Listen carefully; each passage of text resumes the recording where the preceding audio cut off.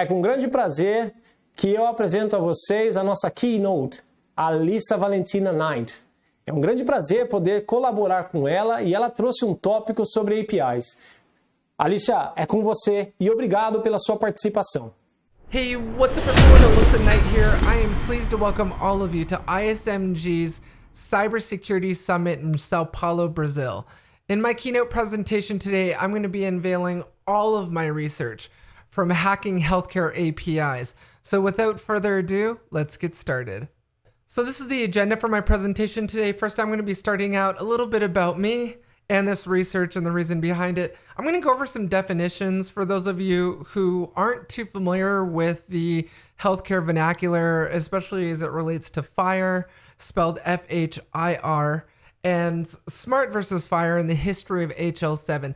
All of this was German to me when I first walked into this research.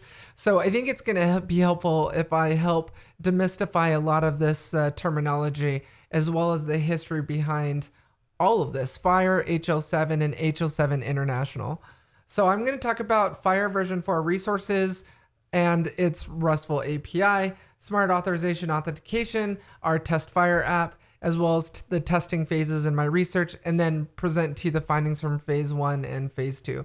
Now, I'm not going to go into too much detail in phase 2 yet for my hacking FHIR APIs because the announcement and unveiling of those vulnerabilities is not official yet. So that will actually be coming. So I will be talking about my tactics and techniques that I've been using against FHIR APIs, both mobile APIs for FHIR as well as web APIs. So I'm going to be going over all of that as well as some of the findings thus far in general terms, but I'm not going to go ahead and get into specifics.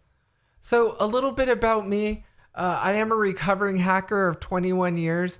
So I've been doing this for quite a while. I'm a published author in hacking connected cars, and I'm currently working on a new book in hacking APIs and going over the tactics and techniques that all of you can use in hacking APIs. And also into my tools as well, how to build an API attack lab, how you can practice against purposely vulnerable APIs. So it's going to be a really exciting book. Definitely keep an eye out for it. It will be coming out in early next year. I've started and sold 2 previous cybersecurity startups. I started a venture capital fund. I've now run a venture capital fund as well as investment firm called M&A Night Capital. M&A Night Entertainment and Night Inc. So we have a family of companies where we're involved in different lines of business. And under M&A Night Entertainment, I'm actually writing a screenplay for a new TV series based on my life. So a lot of exciting things going on. I am also a cybersecurity filmmaker and content creator. And my API hacks over the last couple of years, starting in 2019, I hacked 30 financial services mobile apps. I traveled the world across Europe, Asia, the United States, speaking at over a dozen conferences on my research into hacking basically 30 financial services and fintechs within a week. In 2020, I hacked 30 mHealth apps, which is what I'm going to be going into the results of today. And then now in 2021, I'm focused on hacking FHIR APIs, and that is phase 2 of that research. So how this actually came to be is I'm a content creator, so I work with cybersecurity vendors to create a new type of content that I'm really trying to disrupt the content marketing industry with, which what I call is adversarial content, meaning that I take my capabilities as a hacker and I hack something and prove the efficacy of a product by showing how their product would have prevented it. So in this case, my client Approve, which is an API security solution, wanted to retain me to hack APIs to show how their product would have prevented it. So that's really the impetus to this research. In phase 1, like I said in the beginning, I hacked mHealth APIs, both mobile and web. And now in this phase of the research, I'm focused on hacking FHIR APIs, both mobile and web. So that's really how this all came to be. You can actually download all that we let in, which is the title of the first phase 1 report, and that's available from approve.io. I want to talk a little bit about what smart is versus FHIR because this can be really confusing FHIR provides a set of models to standardize the representation of clinical concepts such as allergies and medications in an EHR or other clinical data store. Basically, what that means is it's the skeleton, right? So FHIR really explains or describes how this should be formatted, and the EHR or the EMR, you'll hear it referred to as different things: electronic health records, electronic medical records. EHR or EMR systems will fill that with electronic health records, or PHI, protected healthcare information. So FHIR is really the standard in which the data needs to be formatted. Again, think of it like the skeleton, and the EHR is responsible for filling that with data. SMART standardizes the process through which a third-party application could plug into a data store and access that clinical information. It acts as a security layer that sits on top of FHIR interfaces using OAuth to an OpenID Connect. What that means is it basically has appified our healthcare system globally. I want to make that abundantly clear, especially since we're out of Sao Paulo. Many of you are watching me from Brazil. This is an international thing. This is not a US thing. This is a global thing.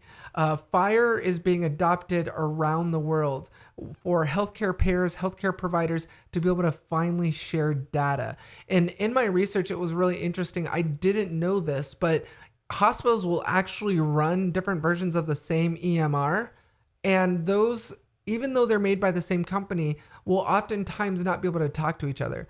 So not only is there historically been a problem of hospitals not being able to talk together because one may be running one EMR, another hospital will be running a different EMR, and those EMRs can't talk to each other. Well, FHIR really came along to fix this, right? And we'll get more into that, but basically think about it this way. FHIR is the standard or the syntax or the way that the data is supposed to be structured universally. And then SMART really just kind of came along and said, okay, this is how you plug into these systems. We're going to have this ecosystem of apps, and it's called SMART on FHIR. And it's really, it really is that security layer in some cases. I did floating quotes because it's up to the implementation, meaning that you don't just go to a company and buy a shrink-wrapped FHIR API because you've started a hospital and you want a FHIR backend. They're not going to sell you a shrink-wrapped FHIR implementation with all the security turned on. It's basically instructions on how to implement it. So every implementation of FHIR can be different. One implementation can be more secure than the other, in which you'll see in the results of my research. Simply put, FHIR standardizes the data while SMART standardizes and secures data access. All right, so that's the easiest way I can explain it. So this is a history of Hl7 and Fire. The reason why this is so intriguing and interesting to me, why I like talking about it, is because I don't like to just kind of walk into something and try and find vulnerabilities, not know anything about it. I wanted to study and research the history of our healthcare system. I wanted to understand the reasons for Fire. I wanted to understand what the difference is between Hl7 and Fire. So really what compounds the confusion is Hl7 is also not only just the name of the protocol and standard, but it's also the name of the organization that created it, Hl7 International. So Hl7 is the protocol, Hl7 International is the company, if it wasn't confusing enough. So the first known health IT system was actually deployed in the 1960s. In 1987, Hl7 version 1 arrived. And it was initially developed at UCSF, University of San Francisco, University of California, San Francisco. Hl7 version 2 was released for the enterprise in 1989. Hl7 version 3 came along in 2003. And then part of Hl7 version 3 was CDA, which stands for Clinical Document Architecture. And it's an Hl7 standard that provides a framework for the encoding, formatting, and semantics of electronic documents. So 2014 is when a lot of stuff began to really happen. Hl7 launched FHIR using web interfaces. Apple, Boston Children's Hospital, and others got involved. Here's a very interesting fact. SMART was actually developed at Boston Children's Hospital. So initially when SMART was first founded, it conflicted a lot with FHIR, meaning that both organizations were really trying to do the same thing. And then SMART took a step back and said, you know what?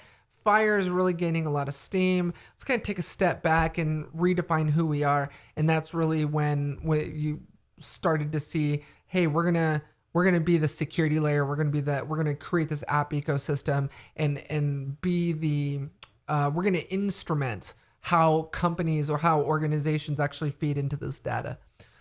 So then the release of Smart on Fire specification, the JSON task force came along and said, you know what? The healthcare system is a real mess. It is really bad and it needs to be fixed. And that's really in 2014 when all this started. And then the Argonaut project, which was basically a consortium that was formed of all of these different healthcare providers, EHR systems, and really EHRs got together and said, hey, look, we're gonna all work towards making this enterprise grade and basically really trying to fuel that widespread adoption of FHIR. And then in 2016, the US government got involved and said, hey, we're going to pass this, what was called the 21st Century Cures Act. And it basically made APIs a requirement for certified health IT. And then this was really as part of the Office for the National Coordinator of Health IT, which is the ONC in the United States, and then the Centers for Medicare and Medicaid Services, or CMS. And they basically came along and said, hey, look, if you're going to be a part of the system, if you're going to be a healthcare provider or payer, you have to adopt FHIR as the standard to make this patient data publicly available. You have to make this data available. Otherwise, you will be in violation of what's called the information blocking rule.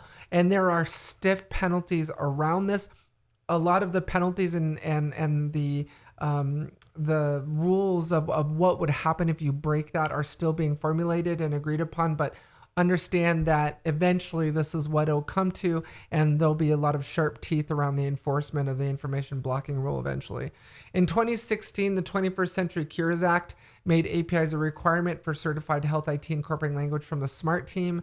As I mentioned, Cerner launched Smart on Fire Developer Sandbox, and Cerner got involved as part of the Argonaut project. In 2017, Allscripts and Epic launched Smart on Fire Developer Sandbox, and then here we are in 2021 today, where those are all fully up and running. As a matter of fact, one of the companies that was supporting this research, and I want to say thank you to the EHR companies out there who did get involved, were very supportive. Educated me a lot on the history of this and what a lot of this means as I was going through my vulnerability research. So I had an amazing groundswell of support from these different EHR vendors who came and said, look, Alissa, we want to be a part of this. We want to support you. We want to really educate you on everything we know. And it created this amazing, this amazing knowledge together into this huge brain trust of hacker and EHR knowledge. So it was great. And I want to say thanks to them. But they basically came along and said, look, by the end of this year, we're actually planning on certifying our FHIR APIs. So that's going to be coming as well. And they'll be the first company to certify. In 2018, Apple added smart support. So for those of you who have iPhones, Apple Health actually uses FHIR as its backend. It's actually a FHIR mobile app. So you see these big companies coming along saying, hey, we're going to jump on this bandwagon. We're going to be a part of this. And then Smart on Fire published, Smart on Fire was published as an Hl7 standard. CMS commits to smart bulk data specs. Microsoft launched Smart on Fire APIs in its Azure product. So you can actually go to Amazon, you can go to Azure, you can go to Google Cloud and actually launch and start integrating with FHIR, actually running within AWS. And some of these other cloud service providers. Proposed rules from CMS and ONC specify Smart as universal apps API to implement the 21st Century Cures Act. So basically, the ONC, the government came in and said, look, you're going to use Smart apps and FHIR to implement this and comply with the 21st Century Cures Act. 3 cloud vendors went to the White House to commit to Smart on Fire and open APIs. In 2020, the final rule on ONC specifies Smart as universal apps API to implement the 21st Century Cures Act. So just a quick explanation on some of the resources for REST, at least as of version 4.01 for FHIR. These are the different resources that it supports. So you've got diagnostics information, medications information, payment information, billing, everything you could possibly, a healthcare provider or payer would possibly need to support the records that are in their EHR. It's pretty simple. So FHIR versus Smart on FHIR. Again, FHIR defines the structure and look of the data in the system. Think of it as the skeleton. EHR's filled out system with patient records. Smart instruments that system with an ecosystem of apps that can be run on top of it. FHIR provides an API and a set of data models for structuring and accessing medical data. Smart provides a standard for how EHR systems and their applications authenticate and integrate. And then Smart compliant EHR system on top of a FHIR server. So all of you can go and research this more, but again, I really wanted to explain the difference and make sure that all of you understand the difference between Smart on FHIR and FHIR. They are actually two completely different things. Again, think of Smart as the app ecosystem and security on top of FHIR, the structure of that data. So why Smart? An app developer can write an app once and expect that it will run anywhere in the healthcare system. So I could start a startup company. And a lot of the FHIR apps that I tested were startup companies, less than 10 employees, all the way up to over 1,000 employees. But yes, they vary in sizes. But basically the point of Smart was if Alissa Knight created a healthcare mobile app and it was built to support the FHIR standard, she should be able to sell that mobile app to any healthcare provider, any healthcare payer. And have it work, right? It basically creates an app store for health. It appifies our healthcare system. Smart on FHIR provides a health app interface based on open standards, including Hl7's FHIR, OAuth 2, and OpenID Connect. So this is a screenshot of the FHIR app called FHIR Starter that Approved created for me for this vulnerability research. Skip Hofsmith did a great job with this app. Basically here you can see a screenshot of there's a typo there, but blood pressure for this patient and the different data associated with that patient. So I want to go over the testing phases for my research. So again, phase 1 started in 2020. First, I began with static code analysis, then traffic analysis, and then I did fuzzing. I want to talk about the importance of fuzzing, especially when you are doing penetration testing against APIs. This is incredibly critical. I dare to say that you will actually lose out on finding potential vulnerabilities if you aren't fuzzing those APIs. And then phase 2, now in 2021, hacking FHIR APIs with several of the major EHI vendors. And then the traffic analysis. So taking those apps, whether it's web-based or mobile app-based, and then interdicting that network traffic between the mobile app or the web app and the backend API endpoint, and then fuzzing, of course. So let's go ahead and get into the findings, because I know that's why all of you are here, right? You want to see the exciting stuff. So this is an architecture diagram. Excuse me. This is an architecture diagram of me targeting basically these two separate hospitals that are running two completely different systems. I want to make this abundantly clear. I'm not saying that the vulnerabilities are in these particular companies. I'm just using their logos as an example of the EHR systems they could be running. So this is basically what you had a situation of, where a patient would go to one hospital, get sick, go to this hospital, come out the next day, and then they end up traveling, and there's a closer hospital, but that hospital runs Epic. Those two systems wouldn't be able to talk prior to FHIR, right? So they each had their own little API. Again, this was phase 1. I was targeting healthcare APIs, but not necessarily FHIR APIs. They were just APIs that these hospitals and healthcare providers were running.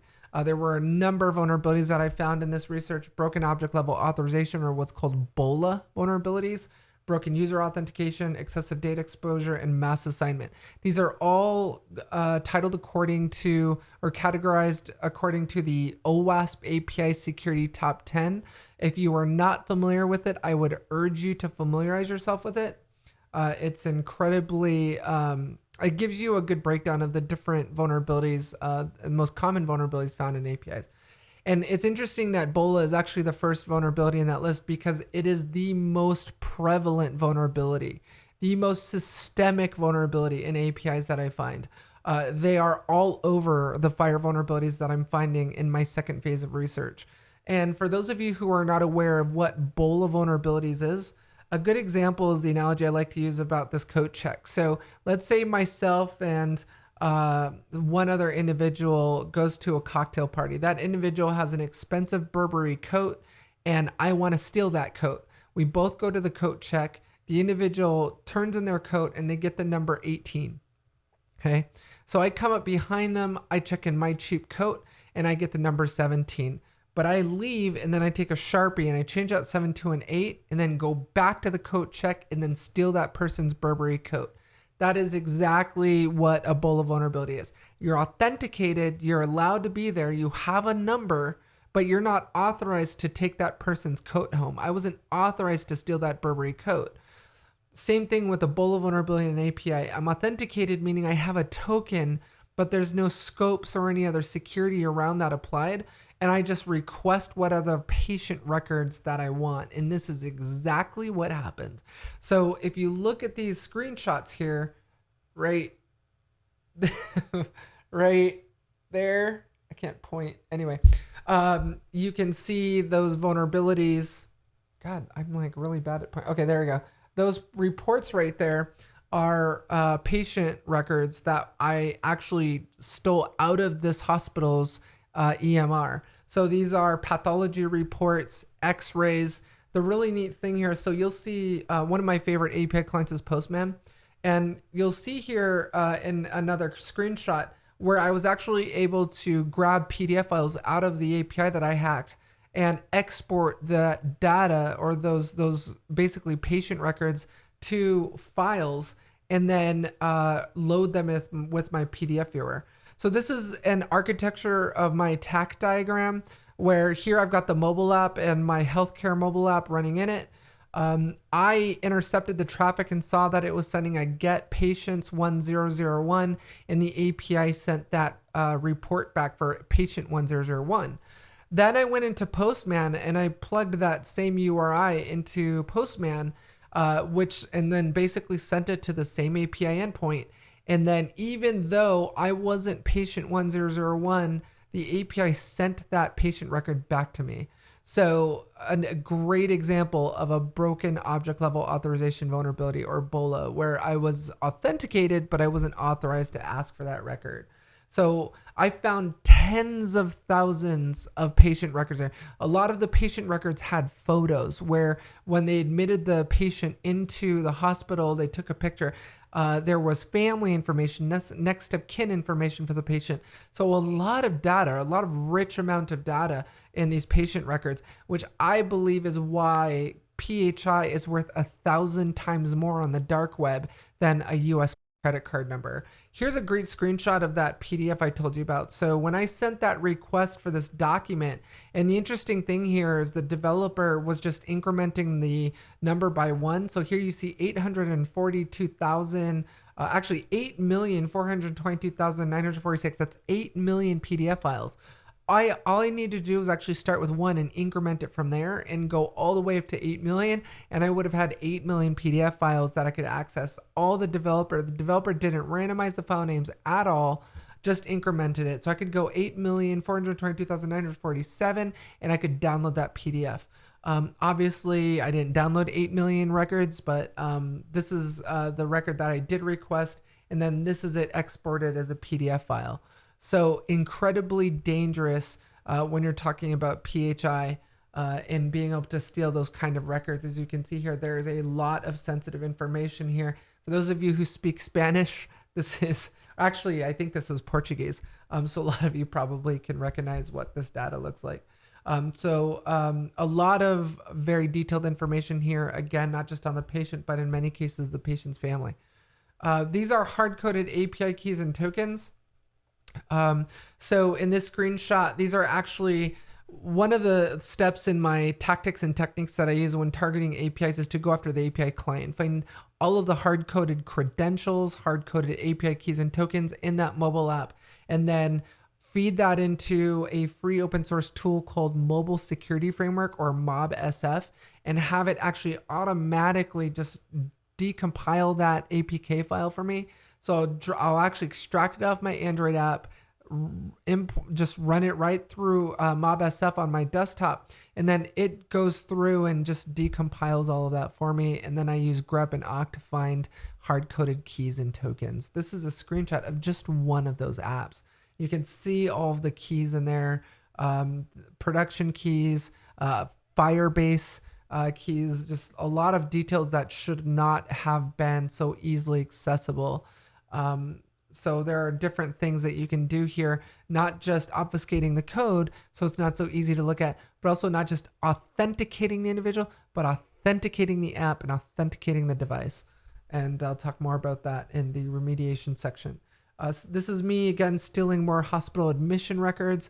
Here you can see all the details for these patients, their birth date, their address, their gender identity, their picture, their father's name, father's information, mother's information, marital status, the really critical stuff like allergy information. I could pull allergy reports for people. So let's say, for example, I was targeting someone and I wanted to kill them, but I wanted to make it look like an accident. I go in here, I steal their medical records and find that they're allergic to bee stings. Boom. I know exactly what they're allergic to and can make it look like an accident. Not that I would ever do that. Unlocking Loc Sessions. This was really shocking when I found this. So for those of you who have an iPhone, you know that Apple uses a facial recognition system called Face ID. And so what I did was I found that when my session was locked with this particular AHR, I could unlock my session with Face ID. And what they did was they hard coded this secret key into the mobile app, and every time I unlocked that session, the same secret key would get sent every single time. And so when I noticed that weeks, months later, I just copied and pasted that into my own request. And here you can see that, and this is the response from that. I basically just copied and pasted that key, and I was able to unlock previously locked sessions. So huge authentication problems here. Not just authorization issues. And here you can see all these different patient IDs from that list. So this is what can happen if you just don't know what you're doing around authentication and authorization. This is phase 2, playing with FHIR. Again, like I mentioned, there's certified and non-certified FHIR APIs, and I want to make this abundantly clear as well. Just because an API is certified, it doesn't mean that it's more secure. Just because a FHIR API is not certified, it doesn't mean that it's less secure. It's just a certification. And I need you to remember that not every API is created equally. You could have two completely different FHIR APIs running the same version, and one could be full of vulnerabilities and the other one not. It's up to the implementation. The vulnerabilities that I unveil are not vulnerabilities in FHIR. They're vulnerabilities in the implementations. So again, FHIR allowing the previous 2 hospitals in my example to finally communicate. And there are different situations here. So you could have 2 hospitals communicating with their FHIR APIs, and then there could be a tertiary API somewhere in the mix. That's not a FHIR API, but it's actually pulling those medical records. And where do you think the hacker is going to target? They're going to target the path of least resistance and go after the less secure API, FHIR or not. So here's an example where the providers are not on FHIR. A lot of puns in this research. Where, for example, you can have 2 completely different hospitals. They could both be running different EMR systems and just have custom built APIs, not even FHIR.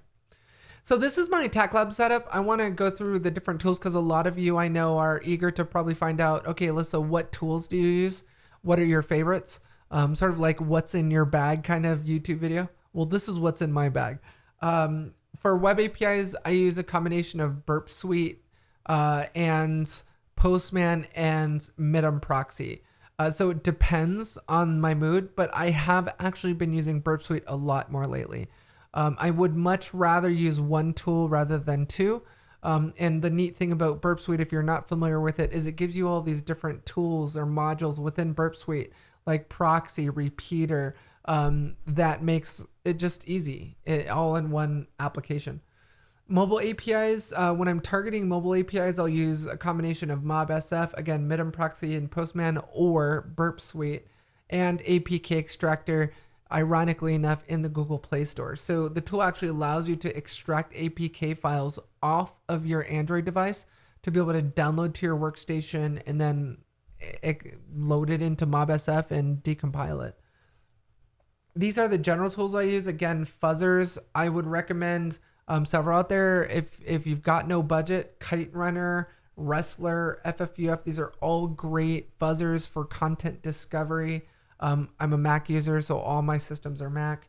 And also just there's a lot of great API fuzzers out there. One in particular is Detectify. They're actually going to be launching a new API fuzzer, which is going to be really cool to take a look at.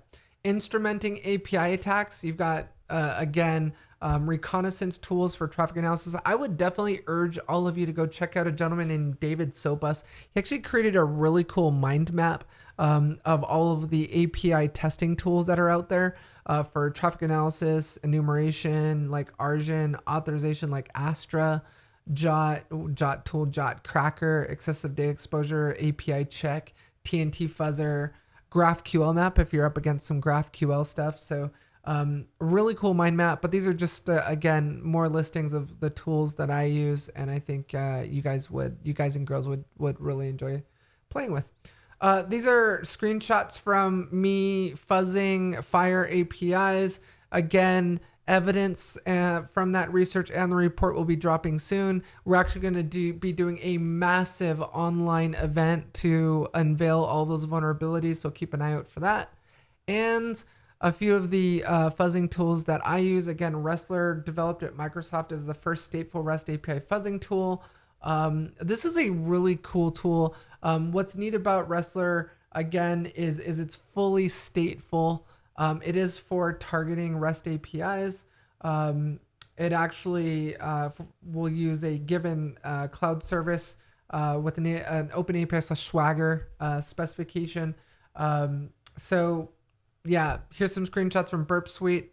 So this is me targeting the API, the FHIR API using Burp Suite. Here's some capture of the packets from that web API and what those look like and some of the vulnerabilities that I found in that stage. And the most important thing that all of you are probably wondering is, how the heck do I protect against this? In my testing, the only API I wasn't able to breach was protected by Approve. Again, I'm not an employee of Approve. I'm not a salesperson for Approve. They're just a client that sponsored this research. So, all I can tell you is that it's actually very effective. The APIs that I did attempt to target that were armed with Approve, I couldn't even talk to those APIs because my API packets were not carrying the proper token.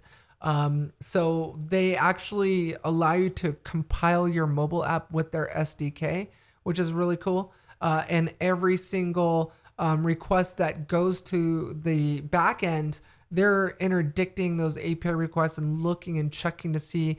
So you're actually not just authenticating the user, but you're also authenticating the app, which is really interesting.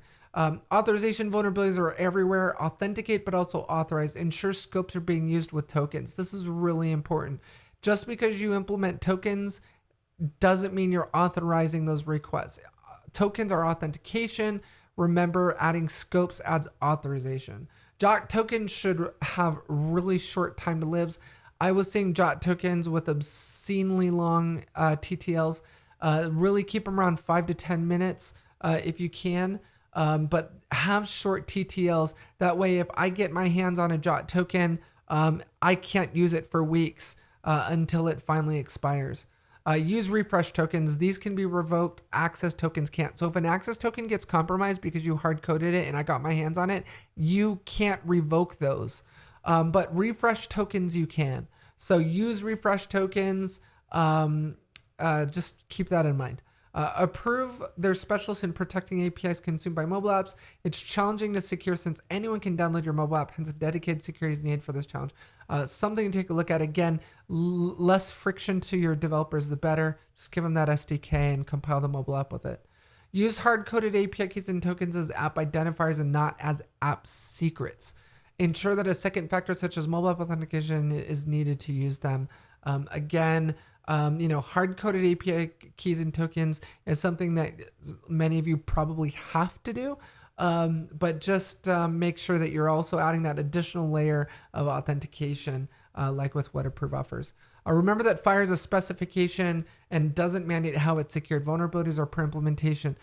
When I drop all of the evidence and empirical data from this research, keep that in mind. It's not vulnerabilities in FHIR itself. It's vulnerabilities in the implementations. And with that, you can go download the report at approve.io.